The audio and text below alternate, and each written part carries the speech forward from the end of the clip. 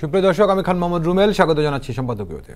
কোটা আন্দোলনে কয়েক ঘন্টার জন্য অচল ঢাকা। সোমবার বিকেল থেকে আবারও ঢাকা ব্লকেট কর্মসূচি, জনভোগান্তি চরম। দাবি আদায় না হওয়া পর্যন্ত আন্দোলন জারি রাখার ঘোষণা। আন্দোলনের যৌক্তিকতা দেখছেন না সরকার প্রধান। এসব নিয়ে আমাদের আজকের সম্পাদকীয় সমাধানের পথ। আর এ নিয়ে আলোচনার জন্য আমাদের সঙ্গে স্টুডিওতে উপস্থিত আছেন রাশেক রহমান, আওয়ামী লীগ নেতা, আছেন মুস্তফা কামাল, সাংবাদিক ও লেখক, এবং হারুনুর রশিদ, সিনিয়র সাংবাদিক। দর্শক, আপনারা এই আলোচনায় অংশ নিতে পারবেন। এর জন্য টেলিভিশনের পর্দায় নম্বরে ফোন করতে হবে। এছাড়া ফেসবুকের মাধ্যমে আপনাদের মন্তব্য পাঠাতে পারেন। আলোচনা শুরুর আগে দেখে নেব এখনকার প্রধান শিরোনামগুলো। কোটা বাতিলের দাবিতে উত্তাল ছাত্র সমাজ। ঢাকার মোড়ে মোড়ে বাংলা ব্লকের তীব্র যানজটে অসহনীয় দুর্ভোগ। আন্দোলনের যৌক্তিকতা নিয়ে প্রশ্ন প্রধানমন্ত্রীর।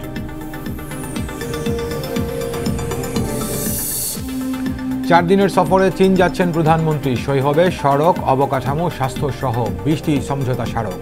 তিস্তা ইস্যুতে বেইজিংয়ে আগ্রহ নেই ঢাকার, জানালেন পররাষ্ট্রমন্ত্রী। বোয়িং নাকি এয়ারবাস কেনা হবে দেশের লাভ বিবেচনায়। মার্কিন রাষ্ট্রদূতের সঙ্গে বৈঠকের পর জানালেন মন্ত্রী।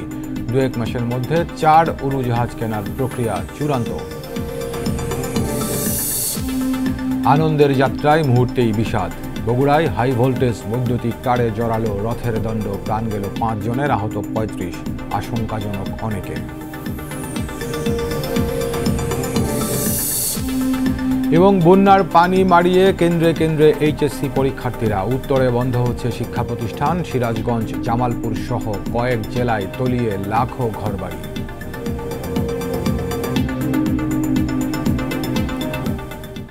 শিরোনাম দেখছিলেন, মূল আলোচনা যেতে চাই। বলছি আজকে আলোচনার শিরোনাম সমাধানের পথ। শুরুতে যেমন বলছিলাম কোটা বাতিলের দাবিতে, আবার আজকে যারা আন্দোলন করছেন তারা বলছেন তারা বাতিল চান না, তারা সংস্কার চান। যে দাবিতেই হোক আন্দোলন চলছে।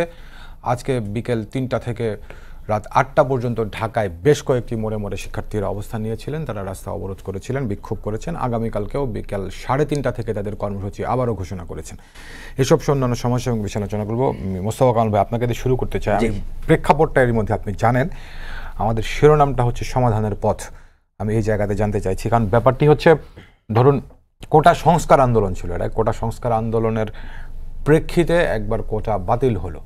তো এখন আবার যে বিষয়টি হয়েছে সেটি হচ্ছে যে আদালতের রায় কোটা আবার পুনর্বহাল হয়েছে। ব্যাপারটি হাইকোর্টের রায় হয়েছে, অ্যাপিলেট ডিভিশনে এখনো পর্যন্ত বিচারাধীন। এই সময়টাতে চাকরির প্রত্যাশীরা, শিক্ষার্থীরা এটা বাতিলের দাবিতে কিংবা আজকের তাদের কথা অনুযায়ী সংস্কারের দাবিতে তারা আন্দোলনের মাঠে আছেন। ব্যাপারটি এত সহজ নয়, জটিল। সমাধানের পথ কি, আপনি কি মনে করেন? ধন্যবাদ আপনাকে।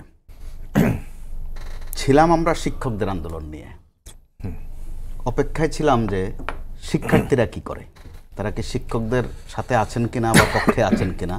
তো মাঝপথটায় আমরা দেখলাম বিভিন্ন পাবলিক বিশ্ববিদ্যালয়ের কর্মকর্তা কর্মচারীরা শিক্ষকদের সাথে মার্চ করলেন, অর্থাৎ সমর্থন দিয়ে মার্চ করলেন। তখনও অপেক্ষা ছিল যে শিক্ষার্থীরা কি করে। কিন্তু নাটকীয়ভাবে দেখা গেল যে শিক্ষার্থীরাও মাঠে নেমেছেন, কিন্তু ভিন্ন একটা বিষয় নিয়ে, অর্থাৎ একই সময়ের ঘটনা কিন্তু বিষয়বস্তু ভিন্ন। তো শিক্ষার্থীদের এবারের যে আন্দোলনটা, আপনি শব্দগত বিষয়টা বলেছেন, একসময় তারা চেয়েছিল সংস্কার, হয়ে গেছে বাতিল।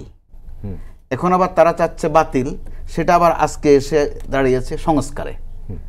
তো আমরা কোটা আন্দোলন বলি, অর্থাৎ কোটা সংস্কার আন্দোলন, কোটা বিরোধী আন্দোলন, দুটো কিন্তু ভিন্ন টার্ম।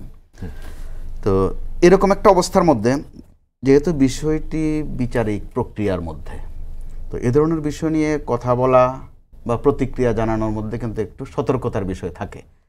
কিন্তু ভিন্নতা হচ্ছে এবার স্বয়ং প্রধান বিচারপতি নিয়ে কথা বলেছেন, অনেকটা সাদামাটাভাবে তিনি বলেছেন এটা যৌক্তিকতা বা আইনগত ভিত্তির কথা বা ঐতিহাসিক বিশ্লেষণে আছে এটা নিয়ে।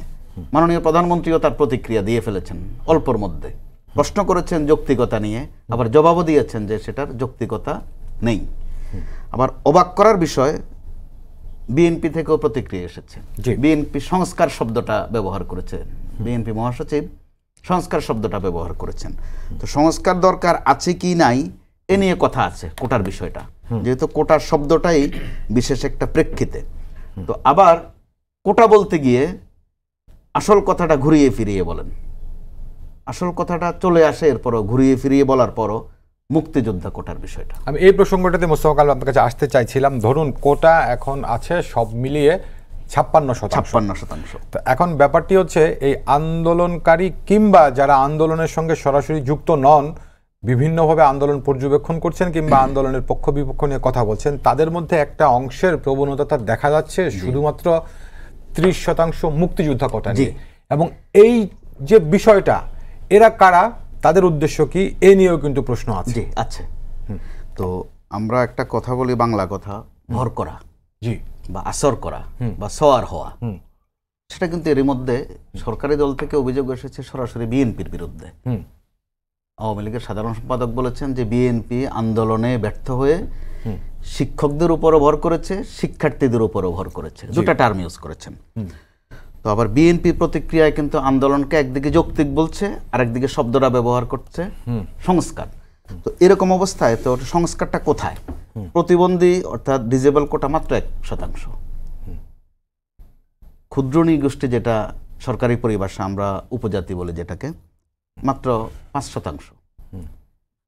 আর নারী এবং জেলা কোটা 10-10-20, মুক্তিযোদ্ধার কোটাটা একটু বড় 30, অর্থাৎ বড়টার দিকে কিন্তু মূলত নজরটা। কিন্তু বলে না করেও কিন্তু বলে ফেলা হচ্ছে যে মুক্তিযোদ্ধাদের কোটা এত বড় থাকবে কেন, মূল কথা তো ওইটা, কিন্তু এটা ঘুরিয়ে ফিরিয়ে বলে। তো এটার পেছনে কিন্তু আবেগ আছে, প্রয়োজনও আছে, রাষ্ট্রচিন্তার বিষয় আছে, ইতিহাস আছে, ঐতিহ্য আছে। তো সংস্কারের প্রশ্নে কথা হতে পারে, যেহেতু সন্তান বলতে ব্যাখ্যায় চলে এসেছে নাতিপুতি পর্যন্ত, সেটা আর কতদিন চলবে, এসব কথাবার্তা আছে। তো এগুলো নিয়ে কথা হতে পারে, কথা দোষের নয়, যেহেতু এত বছর হয়ে গেছে, 52-53 বছর। তো সরকারের দিক থেকে যেটা, সরকার এখন চাইলেও কিন্তু এই প্রশ্নে খুব কিছু একটা করতে পারবে না, চাইলেই পারবে না, যেহেতু সেটা বিচারিক প্রক্রিয়ার মধ্যে চলে গেছে। আবার মাননীয় প্রধানমন্ত্রী যেটা বলে গেছেন, তিনি আগামী দিনে চলে যাচ্ছেন দেশের বাইরে, অর্থাৎ আমরা ধরে নিতে পারি সেটা সরকারের হার্ডকোরের অন্যতম কথা বা একটা সংক্ষিপ্ত বার্তা। এরপরও সাধারণ সম্পাদক যেটা বলেছেন ক্ষমতাসীন দলের, তারা বলছেন যে তারা পর্যবেক্ষণ করছেন, সময় দৃষ্টে ফয়সালা হবে। খুব কোমল করে বলেছেন, কোনো হুমকি বা ধমকি ছিল না এটার মধ্যে। তো পর্যবেক্ষণ বা নমুনা দেখা যেটা, তো সেটা কি দেখছেন, নিশ্চয়ই তারা দেখছেন। আর এরই মধ্যে আপনি যেটা বলেছেন, এর মধ্যে কিন্তু ভর করার বিষয়টা আমরা দেখছি একটু একটু করে। এই ভর করার প্রসঙ্গে আমি আরেকটু শুনবো আপনার কাছ থেকে। রাশেক ভাই, আমাদের মোস্তফা কামাল ভাই একটা কথা বলছিলেন যে কথা হচ্ছে, কথা হওয়া দোষের নয়, কথা হওয়া অবশ্যই দোষের নয়, যে কোনো বিষয় নিয়ে কথা হওয়াটাই বরং স্বাভাবিক। কিন্তু ব্যাপারটি হচ্ছে সেই কথাটি যখন কোনো না কোনো উদ্দেশ্যের জায়গা থেকে হয়, কথাটি যখন মুক্তিযুদ্ধের চেতনাগত প্রশ্নে পক্ষে বিপক্ষের গোষ্ঠীর কাছ থেকে আসে, তখন সেটাকেই দোষের নয় এরকম স্বাভাবিক চোখে কি দেখা যায়? আচ্ছা, আমি একটু আরো সহজ করে কথাটা বলি আপনার কথাটা। হ্যাঁ, ভলটেয়ারের খুব একটা মারাত্মক কথা আছে, সে বলতেছে থিঙ্ক ফর ইয়োরসেলভস, আপনি নিজের জন্য চিন্তা করেন, and let others enjoy the privilege to do so too. অর্থাৎ আপনি নিজের জন্য যেমন নিজে চিন্তা করবেন, অন্যকেও তার নিজের জন্য চিন্তা করার সুযোগ দেন। এখন যিনি মুক্তিযোদ্ধা, তিনি এই দেশকে স্বাধীন করেছেন, সে স্বাধীন করেছে বলেই তো আমরা এই জায়গাটায় আছি, এই কোটার বিতর্ক নিয়ে আলাপ করতে পারছি। যদি দেশ স্বাধীন না হতো, আপনি কিন্তু এই বিতর্ক করতে পারতেন না। সুতরাং তারে কি আপনি তারটা চিন্তা করতে দিবেন না? দিবেন তো, এটা গণতান্ত্রিক, এটা এক। 2 নাম্বার 30% কোটার কথা যেটা আমার বড় ভাই এখানে বললেন, একদম সঠিক, কিন্তু এখানে একটু বিশ্লেষণের প্রয়োজন আছে। 30% পূর্ণ করার মতো মুক্তিযুদ্ধ যদি খুঁজে না পাওয়া যায়, তাহলে সেই জায়গাটা অব্যবহৃত থাকবে না। তার মানে হচ্ছে it's not a static idea, it is a dynamic idea. বলা হচ্ছে রাষ্ট্র সমাজ দেশে যদি এই 30% জায়গা পূরণ করার জন্য মুক্তিযোদ্ধা কোটায় কোয়ালিফাই করে যোগ্যতা অর্জন করে সেরকম লোক থাকে, তাহলে আমরা তাদেরকে জায়গা করে দিব। না থাকলে বাকিটা ওই নর্মাল যে মেধা দিয়ে সেই মেধা দিয়ে ফিল আপ হবে। আর একটা জিনিস আপনাকে বলি, মুক্তিযোদ্ধা কোঠা মানে আপনি মেধাহীন তা কিন্তু না। আমাকে এই জায়গাগুলো কিন্তু পরিষ্কার করতে হচ্ছে, প্রতিযোগিতা করে আসতে হচ্ছে। শুধু বলা হচ্ছে যে যদি 30-এর জায়গা আমি করে দিতে পারি, তাহলে তাদেরকে আমার আগে জায়গা করে দিতে হবে, যাদের কারণে এই দেশটা স্বাধীন হয়েছে, যাদের কারণে আজ এই কোটা নিয়ে কারাগারি করার সুযোগ তৈরি হয়েছে। রাইট? যদি বাংলাদেশ স্বাধীন না হতো, তাহলে সিএসপি থাকতো, সারা বছরে সিএসপি নিত কয়জন? আমার বাবা সিএসপি হচ্ছেন 1966 সালের, নিতেন কত? 20 জন, 25 জন, 30 জন। আর এখন বিসিএস কতজন নেওয়া হয়? বিসিএস শিক্ষা, বিসিএস প্রশাসন, বিসিএস পুলিশ, শেষ নাই, শুরু আছে। সুতরাং যা নিয়ে এত কারাকারি, সেটা যাদের কারণে তাদেরকে আগে জায়গা দিয়ে আসতে হবে। আমি আশা করি আমার জায়গা নিয়ে পরিষ্কার করতে পেরেছি। গেল এক। আর 2 নম্বর কথা, সংবিধানে কোটা কাদের জন্যে? পিছিয়ে পড়া জনগোষ্ঠীর জন্য কোটা। তাহলে ভাই, বঙ্গবন্ধু শেখ মুজিবুর রহমানের নেতৃত্বে যেই দেশটা স্বাধীনতা যুদ্ধ করলো, তারা কি খুব এগিয়ে যাওয়া জনপদ ছিল? তারা তো পিছিয়ে যাওয়া জনপদ ছিল বলে, বাঙালি জাতিসত্তা ছিল বলেই যুদ্ধ করে দেশটাকে স্বাধীন করতে হয়েছে। চাইলে যেই দেশের স্বাধীনতাটা নৈতিক হবে পিছিয়ে পড়ার কারণে, সেই দেশের এই ধরনের চাকরির জায়গায় কোটার ব্যবস্থাপনা সেটা কেন অনৈতিক হবে? এবং বাংলাদেশে আমি আজকে দ্ব্যর্থহীন কণ্ঠে বলতে চাই, সবচেয়ে পিছিয়ে পড়া জনপদ হচ্ছে মুক্তিযোদ্ধারা।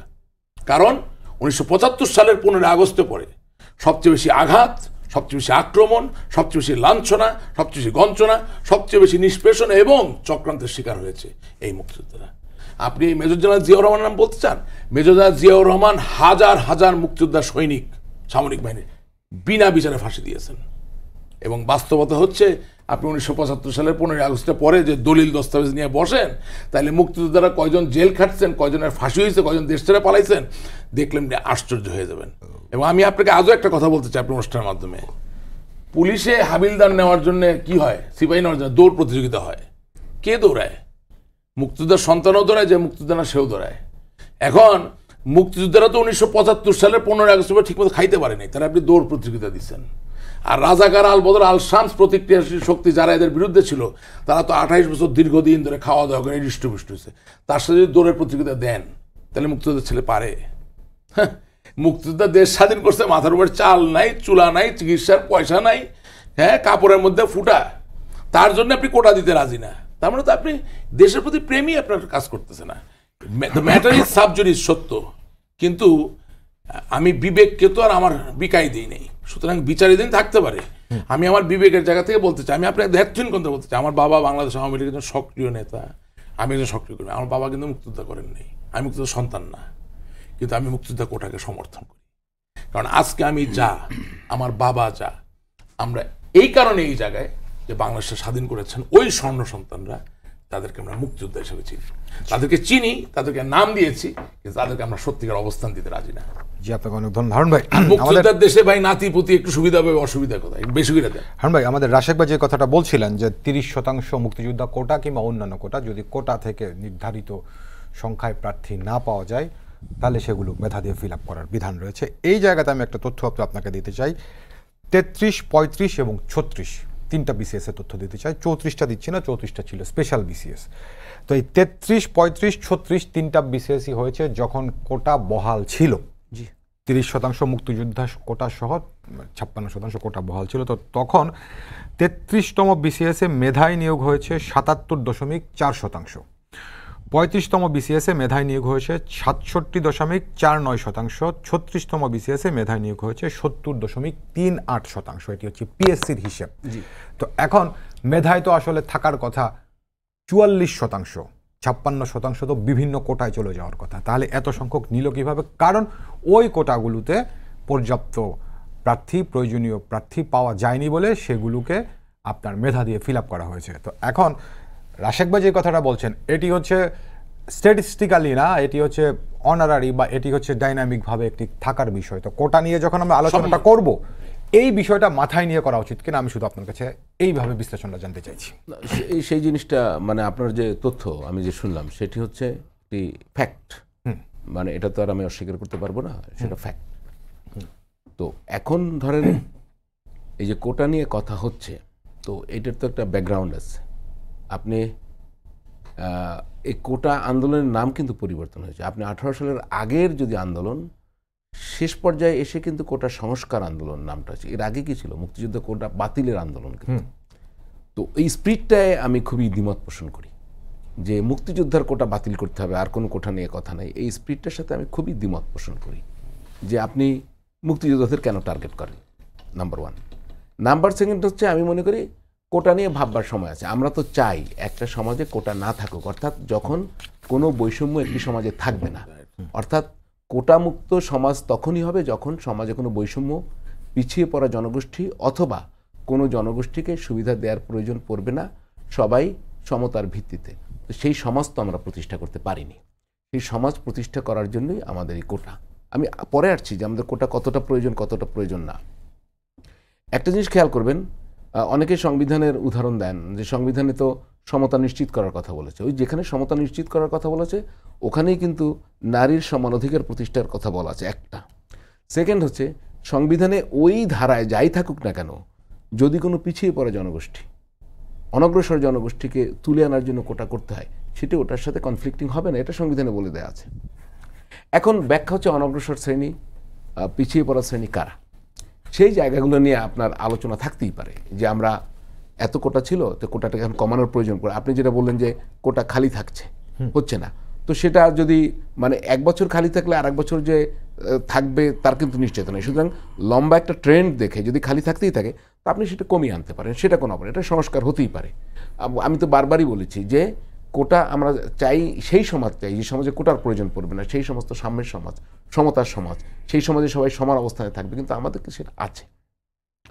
কোটার একটা জিনিস খেয়াল করেন, এটা জিওগ্রাফিক্যাল কোটা কেন, আপনার যে ডিস্ট্রিক্ট কোটা যেটা আপনি ধরেন, তো ডিস্ট্রিক্ট কোটা কিন্তু আমি কখনো এটাকে কোটা বলি নাই, এটা কিন্তু মেধা কোটা। এই ডিসক্রিমিনেশনটা ছিল জিওগ্রাফিক্যাল, অর্থাৎ কোনো কোনো অঞ্চলের লোক পিছিয়ে পড়ে, তখন তাদেরকে সামনে নিয়ে আসার প্রয়োজন পড়ে। সেটি যদি শেষ হয়ে যায় তো আপনার ডিস্ট্রিক্ট কোটাটা আপনি বাদ দেন, কিন্তু কিছু কোটার ব্যবস্থাটা রেখে দেন, কারণ আপনি বারবার তো যদি না থাকে তাহলে হবে না, কোটায় মেধা তালিকায় যাবে, কিন্তু আপনি যেটা তুলে দেন তখন আবার সংযুক্ত করার প্রয়োজন পড়তেও পারে। এমনও তো হতে পারে একটা পর্যায়ে যে কোনো একটা জনগোষ্ঠী পিছিয়ে পড়তে পারে।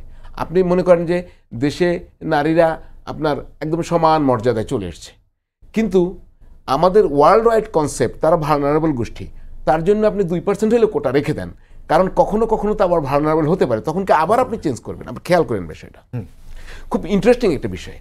আমি বলি মুক্তিযুদ্ধের কোটা 30 ভাগ থাকবে না 10 ভাগ থাকবে সেটা আলোচনা হতে পারে, কিন্তু এই কোটাটা পুরোপুরি তুলে দেওয়া যাবে না। আপনি খেয়াল করেন, আমি যেটা বারবারই বলছি যে হ্যাঁ মেধা কোটা বেশি আসুক, আর আপনি যাচ্ছেও তাই, আপনি ধীরে ধীরে কিন্তু কোটার প্রয়োজন তো কমছে, কিন্তু টার্গেটেড আন্দোলন সেটি আমি একদমই গ্রহণ করি না। কারণ হচ্ছে যে এই জায়গা থেকে কিন্তু আরও একটা জিনিস হচ্ছে, মুক্তিযোদ্ধাদের তুচ্ছ তাচ্ছিল্য করে নানা ধরনের কথা বলা হচ্ছে, এটা খুব জঘন্য। মানে আপনার এই জায়গাটা কিন্তু খেয়াল করবেন যে এটা কি এক ধরনের মুক্তিযোদ্ধা বিরোধী মনোভাব তৈরি করা হচ্ছে? তাহলে সেইটা যদি হয়, আপনার হৃদয়ে যদি বেদনা না থাকে, আপনি যদি তাদেরকে উপহাস করেন, তাহলে তো আপনি পুরো আপনার অস্তিত্বকে অস্বীকার করার জায়গায় চলে এসেছেন। আলোচনা হতে পারে এখন 30% কোটা থাকবে কিনা, আমি মনে করি 30% দরকার নেই, আমি ব্যক্তিগতভাবে মনে করি, কিন্তু আপনি 0 করে ফেলেন না। তাহলে যদি কখনো প্রয়োজন দেখা দেয়, আপনি বলেন নাতিপুতি তারও পরে সেটা কোন ফরম্যাটে আপনি দেবেন কি দেবেন না, আপনি খেয়াল করেন। আমি আপনাকে একটা দিন, যদি শুধুমাত্র মুক্তিযোদ্ধাদের কোটা ধরেন, খেয়াল করেন, তাহলে মুক্তিযোদ্ধা যারা তখন চাকরির যোগ্যতা সম্পন্ন ছিলেন না, তারা তো কোটায় কোনো চাকরি পাবেন না, রাইট। তার সন্তান পেতে পারেন যদি যোগ্যতা সম্পন্ন না, মানে তার সন্তানও যদি সেই যোগ্যতা সম্পন্ন না হন, আপনার সমতা নির্ধারণের জন্য কিন্তু এই কোটা দিয়েই হয় না, সমাজে আরও অনেক বেসিক চেঞ্জ আনতে হয়। এখন এটা না হতে পারে, সুতরাং তারা প্রতি ক্ষেত্রে এসে যোগ্য হতে পারে, কিন্তু নাও হতে পারে। আমি বলছি যে আপনি সব দিয়ে দেবেন তা না, কিন্তু তাদের একটা চান্স তো থাকতে হবে। কেন থাকতে হবে? কারণ এই দেশটাই আমরা পেয়েছি তাদের জন্য, এই কৃতজ্ঞতা বোধটা মাথায় রাখতে হবে। আপনি যদি কখনো কোটা বাতিলেরও আন্দোলন করেন, তো মুক্তিযোদ্ধার কাছে সালাম দিয়ে বলেন, তুমি আমার জন্য বলো তোমার কোটা দরকার নেই, মানে আপনি কার কোটা টান দিতে চান খেয়াল করতে হবে, কিন্তু খেয়াল করতে হবে। কিন্তু আপনি দেখেন ক্ষুদ্র নৃগোষ্ঠীর কোটা আপনি বাতিল করতে পারবেন, কিন্তু এখানে সংস্কার করা যাবে। আমি তো মনে করি চাকমাদের কোটার দরকার নেই, তারা এগিয়ে আসছে, কিন্তু অন্য ক্ষুদ্র নৃগোষ্ঠী তাদের আপনি কি করবেন? যাদেরকে আমরা আদিবাসী বলি, যাই বলি, তাদেরকে দরকার আছে। আপনার ওদের ভিতরে যতগুলো গ্রুপ আছে, এর ভিতরে কিছু কিছু গ্রুপ এখনো আপনার ওই অর্থে শিক্ষিত হয়নি। আচ্ছা, নারীদের কোটা তো এখন আবার ফিরলো, আবার তো কোটা ফিরলো, ছিল না তো। নারীদের হয়তো বা কোনো কোনো সেক্টরে কোটার দরকার নেই, চাকরির ক্ষেত্রে ধরেন নারীদের শিক্ষকতা পেশায় তাদের কোটার দরকার না পড়তে পারে, কিন্তু কিছু কিছু সেক্টর ধরেন যেখানে নারীদের প্রবেশাধিকার একদমই বন্ধ, সেখানে তো দরকার পড়তে পারে তাদের। এই জায়গাগুলো এখন আমি একটা জায়গায় চলে আসি, আন্দোলনটার যে জায়গাটা আমি বলি, সুতরাং এটা নিয়ে আলোচনা হওয়া দরকার এবং রিয়ারেঞ্জ হতে পারে। রিয়ারেঞ্জটা খুব জরুরি। এই কোটা কিন্তু 80% ছিল বাংলাদেশ, সেটা অনেকে ভুলে যায়, কিন্তু জি ধন্যবাদ। এই আমাদের মোস্তফা কামাল, আপনি যে জায়গাটাতে যেতে চাচ্ছিলেন শেষের দিকে আমি আপনার কাছ থেকে নিয়ে নিলাম, সেই জায়গাটাই ঘুরে ফিরে হারুন ভাই এবং আমাদের রাশেক ভাইয়ের আলোচনায় আসছে যে মুক্তিযোদ্ধাদের টার্গেট কেন। জি মানে কিছু কিছু বক্তব্য এমনটাই কিন্তু বার্তা দিচ্ছে। জি পরিষ্কার করেই বার্তা দিচ্ছে, জি, right. একদম টার্গেট করে। তো প্রথমত কোটা শব্দটাই খুব একটা সম্মানের শব্দ না, এর বিকল্প শব্দ বের করা যাবে যদি কথা অব্যাহত থাকে। এই যে বাতিল শব্দটা, কোটার সাথে বাতিল শব্দটা আসে, এই শব্দটাও সম্মানের না। পিছিয়ে পড়া, কথা বলতে গেলে এই শব্দগুলো আসে। অনগ্রসর অর্থাৎ অমর্যাদাকর শব্দ। তো আমাদের তো বিবেচনায় নিতে হবে মুক্তিযোদ্ধারা এ দেশের দাতার পজিশনে, অর্থাৎ তারা দিয়েছেন, তারা দান করেছেন বা দিয়েছেন আমাদেরকে দেশটা, কিন্তু আমরা তাদেরকে আবার গ্রহিতা করে ফেলছি নানানভাবে, তাচ্ছিল্য করছি, কোটা দিচ্ছি আবার খোটাও দিচ্ছি, রাজনৈতিকভাবেও ব্যবহার করছি। আবার মাঝে মধ্যে মুক্তিযোদ্ধাদের তালিকা নিয়েও কিন্তু যখন নানান কথা আসে, কিছু দুঃখজনক কথাও আসে, তো সেটার কিন্তু একটা জের পড়ে। আর এই সুযোগ ওই যে যারা টার্গেট করছে তারা এই সুযোগটা নিচ্ছে, নিঃসন্দেহে এই সুযোগটা তারা নিচ্ছে। আপনি একটা কালচার দেখেন, আমরা সামগ্রিকভাবে যেটা করে ফেলেছি রাষ্ট্রীয় অনুষ্ঠানে বা বিভিন্ন আমাদের জাতীয় অনুষ্ঠানগুলোতে, এটা আমার ব্যক্তিগত অভিমত কিন্তু আমি বলছি যে আমাদের মুক্তিযোদ্ধারা সালাম দেন, আবার সালাম গ্রহণ করেন প্রশাসনিক কর্মকর্তারা। বিষয়টা যদি এরকম হতো যে এই যে প্রশাসনিক কর্মকর্তা সালামটা গ্রহণ করছেন, গ্রহণ না করে তিনি দাতা হতেন সালামটার, আর মুক্তিযোদ্ধা যদি সালামটা নিতেন, সম্ভবত এটা বেশি কার্যকর হতো, বেশি সুন্দর দেখাতো, সেই ক্ষেত্রে মর্যাদাটা থাকতো। কিন্তু আমরা তাদেরকে কিন্তু দয়ার কোটায় ফেলে দিচ্ছি, মায়ার কোটায় ফেলে দিচ্ছি, সেটা মর্যাদার না। একেবারে এটা আমার ব্যক্তিগত অভিমত। তো সেই রকম একটা জায়গায় সেটা তো বলার অপেক্ষা রাখে না। আমরা মাঝে মধ্যে মুক্তিযোদ্ধার তালিকা নিয়ে কথা বলি, কথা বলতে গিয়ে আবার ভুয়া কত আছে সেইটাও পাশাপাশি চলে আসে, এতে করে একটা বাজে ধারণা তৈরি হয়। আবার মাঝে মধ্যে রাজাকারের তালিকা তৈরির কথা আসে। তো মুক্তিযোদ্ধার তালিকা দফায় দফায় দফায় হয়েছে, যে যার মতো করেছেন, এ নিয়ে রাজনীতিও হয়েছে। তো রাজাকারের তালিকাটা করতে কিন্তু কোনো খোঁজ খবর বায়োনিকুলার লাগে না, রাজাকারের তালিকাটা করাই আছে। ৭১-এ যেই দুর্ঘটনাগুলো ঘটতো প্রায় প্রত্যেকটারে থানায় কিন্তু ইউডি মামলা আছে, ওই তালিকাটা থানায় আছে, জেলা পর্যায়ে আছে, হোম মিনিস্ট্রিতেও আছে। সেটা ধরলে হয়। এক পর্যায়ে কিন্তু আমাদের মুক্তিযোদ্ধা মন্ত্রী মাসখানেক আগে বলেছেন যেটা, যে রাজাকারের তালিকাটা নিয়েও নাড়াচাড়া করলে সমাজে একটা বিশৃঙ্খলা দেখা দেবে। তো এই উপলব্ধিটা এলো আপনার কখন? অনেক জল ঘোলা করার পরে। তো আমার বক্তব্য হচ্ছে এখানে যে এই বিষয়গুলো নিয়ে কথাবার্তা বলার ক্ষেত্রে আগে সম্মানটা দিয়ে এরপরে কথাটা বলতে হবে। কিন্তু আমরা ওই সম্মানটা দেওয়ার প্রশ্নে কিন্তু ব্যাপক কৃপণতা করছি। মোস্তফা কামাল, আপনি যে কথাগুলো বলছেন প্রত্যেকটা কথাই যৌক্তিক। সঙ্গে এই আলোচনাটাও মানে হারুন ভাই যে প্রসঙ্গটা আনছিলেন যে তাই বলে তো আপনি শেকড় ধরে টান দিতে পারেন মোটেই না, মোটেই না। কিন্তু টান দিতে গিয়ে আমরা কি করছি? টান দিচ্ছি, পরে আগে তার মান সম্মানটা ধ্বংস করছি। আপনি বিভিন্ন গণমাধ্যমে দেখেন মুক্তিযোদ্ধাদের দুর্গতির কথা, দুরবস্থার কথা মাঝে মধ্যে কিন্তু হৃদয় বিদারক হয়ে আসে সংবাদ শিরোনামে। কোনো রাজাকারের তথ্য কিন্তু ওইভাবে আসে না, কোনো আলবদরের তথ্য কিন্তু ওইভাবে আসে না। প্রকারান্তরে ওইটাও কিন্তু এক ধরনের অসম্মান। সিম্পিথির নামে, দয়ার নামে কিন্তু মায়ার নামে এক ধরনের নিষ্ঠুরতা, ওইটা অসম্মান করা।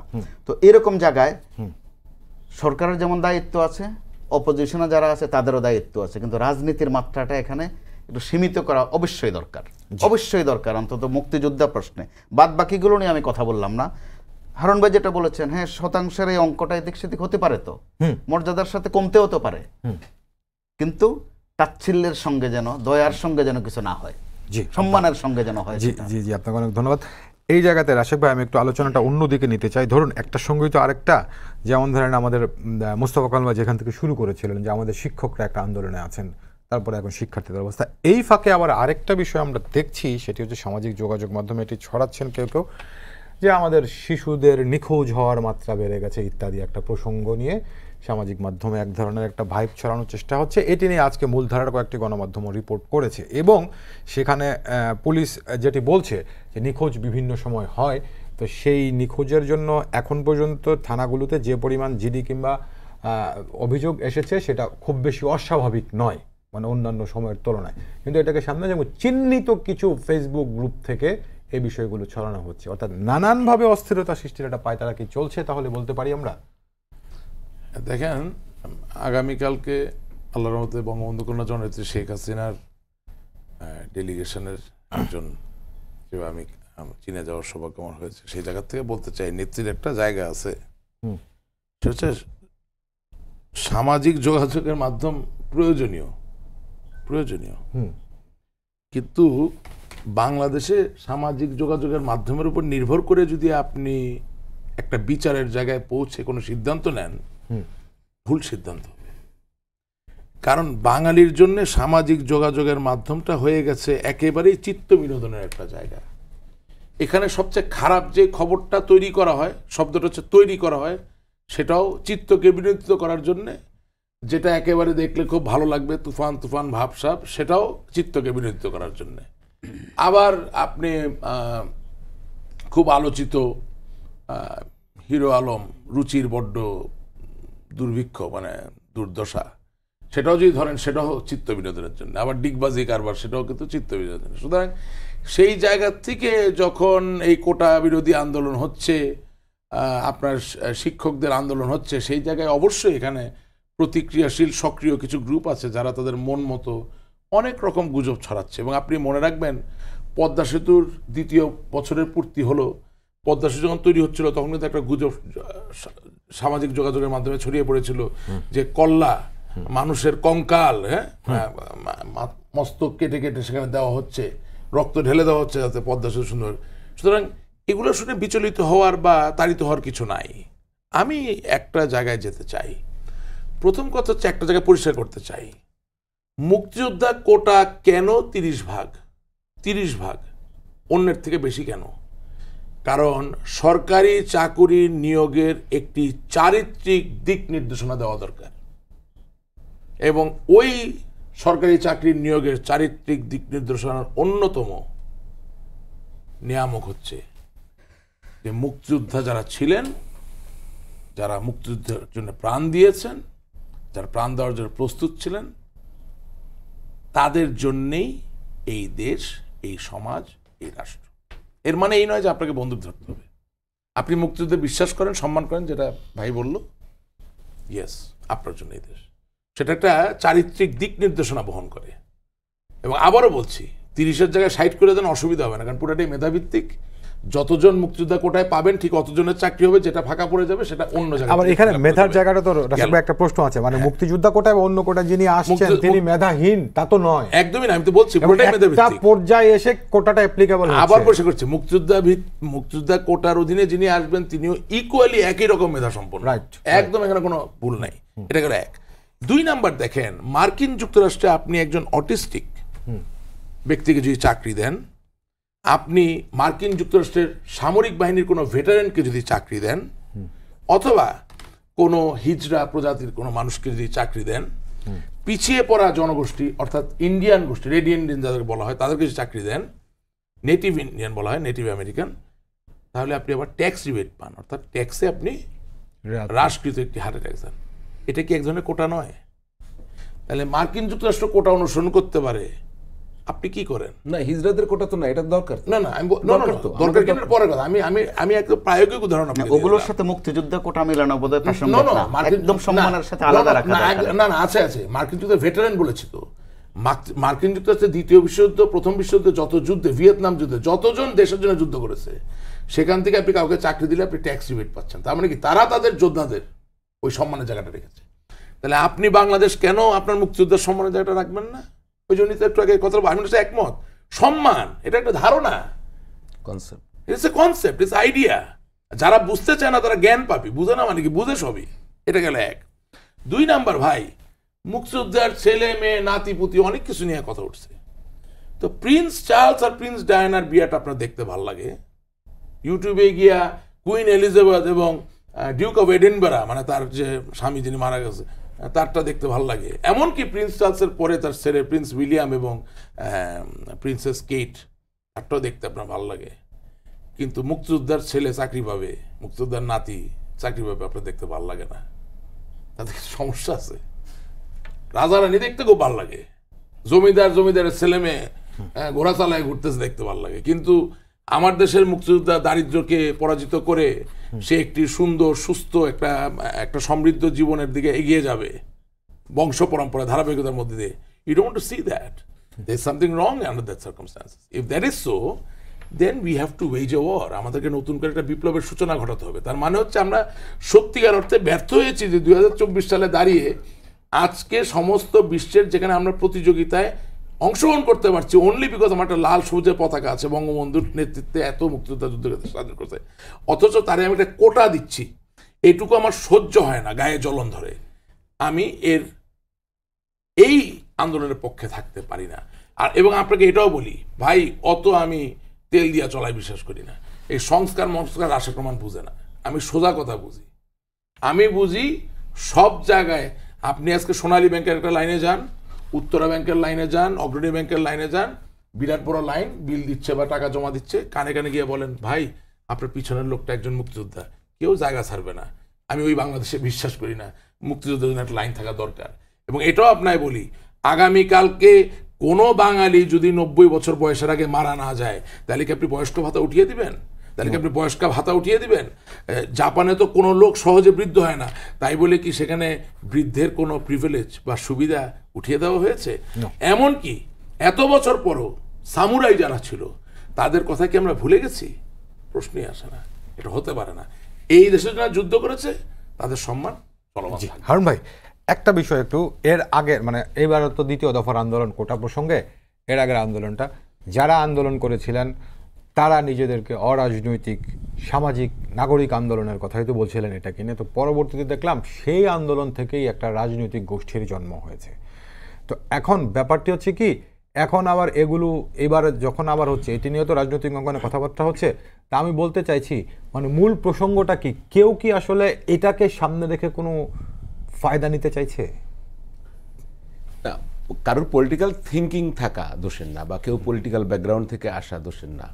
তো তার এখানে ধরেন এখানে যারা স্টুডেন্টরা নেমেছে তারা তাদের জায়গা থেকে, যে যার জায়গা থেকে চিন্তা থেকে নেমেছে, ব্যাকগ্রাউন্ডে কোনো ধরনের হিসাব নিকাশ কারোর থাকতে পারে না, ব্যাকগ্রাউন্ডটা কোনো দোষের না হারুন ভাই। আমি বলছি এর আগেও যখন ছিল বিভিন্ন ব্যাকগ্রাউন্ডেরই আছে এখানে ধরে নিলাম, কিন্তু সেই বিভিন্ন ব্যাকগ্রাউন্ডগুলো যখন একটি প্ল্যাটফর্মে এসে মিলিত হয়, একটি রাজনৈতিক গোষ্ঠী হিসেবে আত্মপ্রকাশ করে, তখন সেই প্রসঙ্গটা আমি বলছি। না, সেটা থেকে কেউ কেউ ফায়দা নেয়, তো আমাদের আগের আন্দোলন থেকে তারা নিয়েছে, সেটাও দেখি। এখান থেকেও যে কেউ কেউ ফায়দা নেবে না তা না, কিন্তু আমি জায়গাটা যেটা বলছি যেটা হচ্ছে যে এখন এইবারকার আন্দোলনের জায়গাটা খুব, গতবার তো প্রধানমন্ত্রী বলেছেন যে কোটা বাদ, এবং কোটা বাদ হয়ে গেছিল, 56% কোটা বাদ। এই আমি মনে করি উনি বাদ করেছেন এবং প্রজ্ঞাপন জারি করে, এটা ঠিক ছিল না। আমরা কিন্তু তখন বলি নাই যে মাননীয় প্রধানমন্ত্রী আপনি যে কোটা বাদ দিলেন এটা ঠিক না। এখন যেটা হলো যে আপনার আদালতের রায় এটা ফেরত আসছে। এখন যারা রিট করেছেন তারা মুক্তিযোদ্ধার সন্তান বা মুক্তিযোদ্ধার মঞ্চের এই লোকজন তারা করেছেন। এখন যে জিনিসটা হচ্ছে যে এই যে আদালতের বিষয়টা, এইটার আসলে সমাধান পাওয়া মানে সহজ হবে না। সহজ হবে না এই কারণে মানে দুইটা জিনিস এখন কিন্তু আসলেই সাবজুডিস। এটা মানে অনেক উদাহরণ দিতে পারবেন, সেগুলো কিন্তু আমরা বুঝতে সাবজুডিস। সুতরাং এই প্রক্রিয়ায় যখন আপনি রাস্তার মাধ্যমে এটা নিতে চাইবেন, তখন তাহলে আপনাকে প্রকাশ্যেই বলতে হবে সরকারকে আপনি আদালতে হস্তক্ষেপ করেন। তো আদালতে হস্তক্ষেপ সরকার করতে পারে না।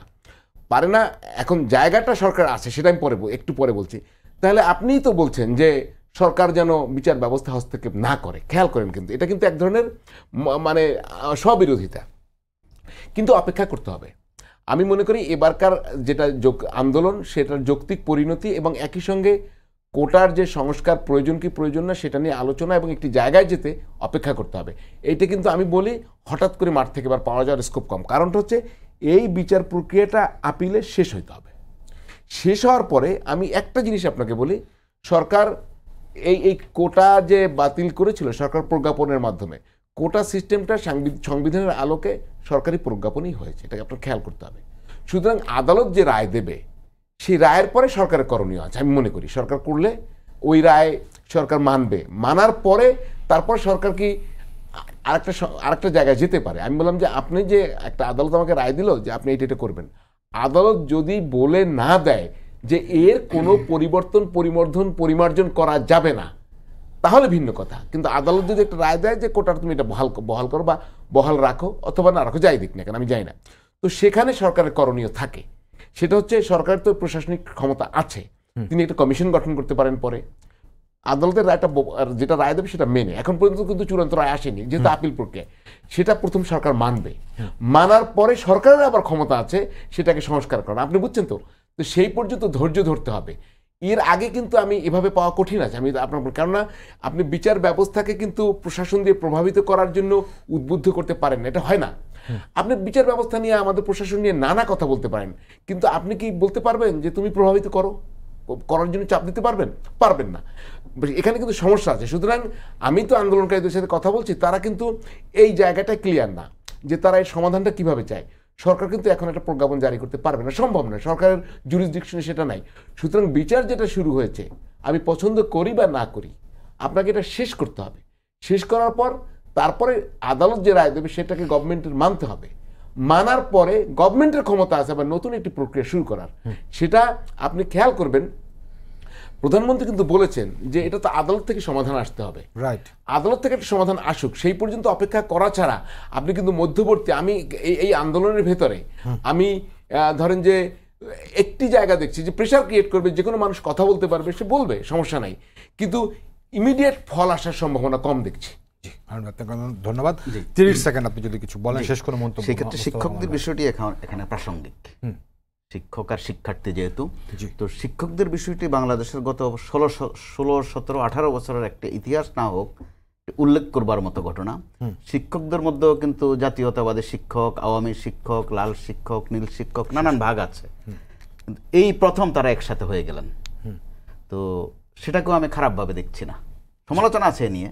তো তারা যদি ভবিষ্যতে এই এক হওয়াটা আমাদের যে শিক্ষা ব্যবস্থা, আমাদের পাঠ্যসূচি বা শিক্ষার নানান পাঠ পঠনের পদ্ধতি, এই নিয়ে যদি মাঝে মধ্যে এক হওয়ার এই চর্চাটা রাখেন, যেহেতু এবার এক হয়ে দেখিয়েছেন যে এক হওয়া যায়, তো সেই ক্ষেত্রে আমাদের সামগ্রিক শিক্ষা ব্যবস্থার জন্য কিন্তু সেটা ফলদায়ক হবে এবং দেশের জন্য একটা দৃষ্টান্ত হবে। আশিক ভাই, আদালতের যা করার সেটা আদালত করবেন। যারা আন্দোলনকারী আছেন, আদালতের কারণে তাদের আন্দোলন সফল হবে কি হবে না সেটা না বলে আমি এভাবে বলতে চাই, আমার তো একটা মতামত আছে, রাইট, আমার একটা পরিচয় আছে, আমার একটা বিশ্বাস আছে। সুতরাং যেই আন্দোলনের নৈতিকতা আমি খুঁজে পাই না, তার বিরুদ্ধচারণ করার জন্য আদালতের রেফারেন্সের আমার প্রয়োজন নাই। আদালত যাই বলুক, যেটাই করুক, আমি বাঙালি, আমি বাংলাদেশের নাগরিক, আমার বাঙালি সত্তাকে সমুন্নত রাখার জন্য যা বলার আমি মৃত্যুর আগ দিন পর্যন্ত তাই বলবো। জি, তিনজনকে অনেক ধন্যবাদ আমাকে সময় দেওয়ার জন্য। সবাইকে ধন্যবাদ জানিয়ে শেষ করছি আজকে সম্পাদকীয়। আগামীকাল আবারও দেখা হবে, রাত 10টা দেখার আমন্ত্রণ রইল। শুভরাত্রি।